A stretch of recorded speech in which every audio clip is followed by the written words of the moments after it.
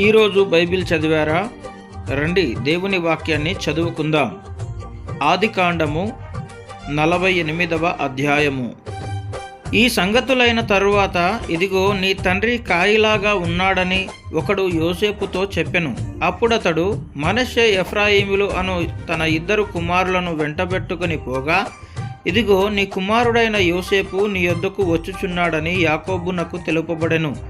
అంతటా ఇశ్రాయేలు బలము తెచ్చుకొని తన మంచము మీద కూర్చుండెను.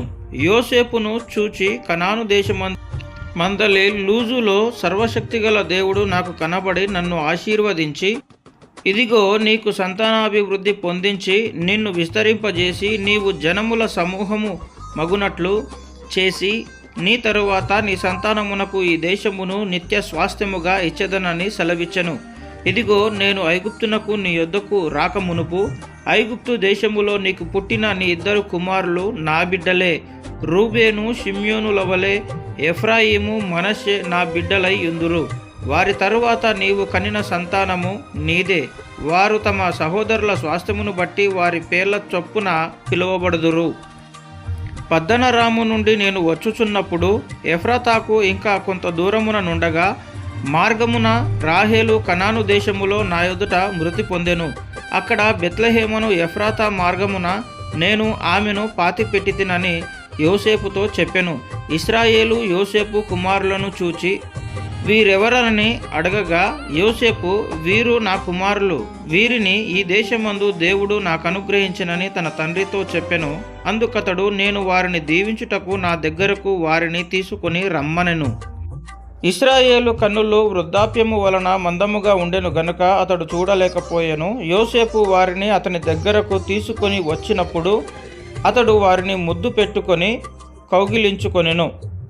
ఇశ్రాయేలు యోసేపుతో, నీ ముఖము చూచెదననుకొని నేను అనలేదు గాని నీ సంతానమును దేవుడు నాకు కనుపరచి ఉన్నాడనగా, యోసేపు అతని మోకాళ్ళ మధ్య నుండి వారిని తీసుకుని అతనికి సాష్టాంగ నమస్కారము చేసెను.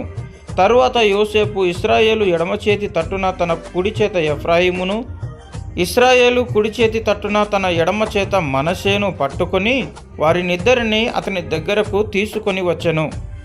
మనష్షే పెద్దవాడైనందున ఇశ్రాయేలు తన చేతులను యుక్తిగా చాచి, చిన్నవాడైన ఎఫ్రాయిము తల మీద తన కుడి చేతిని, మనష్షే తల మీద తన ఎడమ చేతిని ఉంచెను.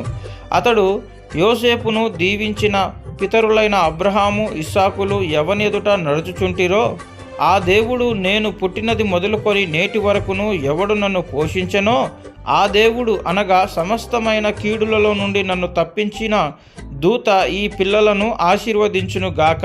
నా పేరును అబ్రహాము, ఇస్సాకులకును నా పితరుల పేరును వారికి పెట్టబడును గాక. భూమి యందు వారు బహుగా విస్తరించుదురు గాక అని చెప్పెను. యోసేపు ఎఫ్రాయిము తల మీద తన తండ్రి కుడి చేయి పెట్టుట చూచినప్పుడు అది అతనికిష్టము కాకపోయెను గనుక అతడు మనష్షే తల మీద పెట్టించవలెనని తన తండ్రి చెయ్యి ఎఫ్రాయిము తల మీద నుండి ఎత్తి, నా తండ్రి అట్లు కాదు, ఇతడే పెద్దవాడు, నీ కుడి చెయ్యి ఇతని తల మీద పెట్టుమని చెప్పెను. అయినను అతని తండ్రి ఒప్పక, అది నాకు తెలియను, నా కుమారుడా, అది నాకు తెలియను. ఇతడును ఒక జన సమూహమై గొప్పవాడగును గాని ఇతని తమ్ముడు ఇతని కంటే గొప్పవాడగును, అతని సంతానము జనముల సమూహమగునని చెప్పెను. ఆ దినమందు అతడు వారిని దీవించి, ఎఫ్రాయిము వలెను మనష్షే వలెను దేవుడు నిన్ను చేయును గాకనే ఇశ్రాయేలీయులు నీ పేరు చెప్పి దీవించెదరనెను. అలాగూ అతడు మనష్షే కంటే ఎఫ్రాయిమును ముందుగా ఉంచెను. మరియు ఇశ్రాయేలు, ఇదిగో నేను చనిపోవుచున్నాను, అయినను దేవుడు మీకు తోడై ఉండి మీ పితరుల దేశమునకు మిమ్మును మరలా తీసుకొని పోవును.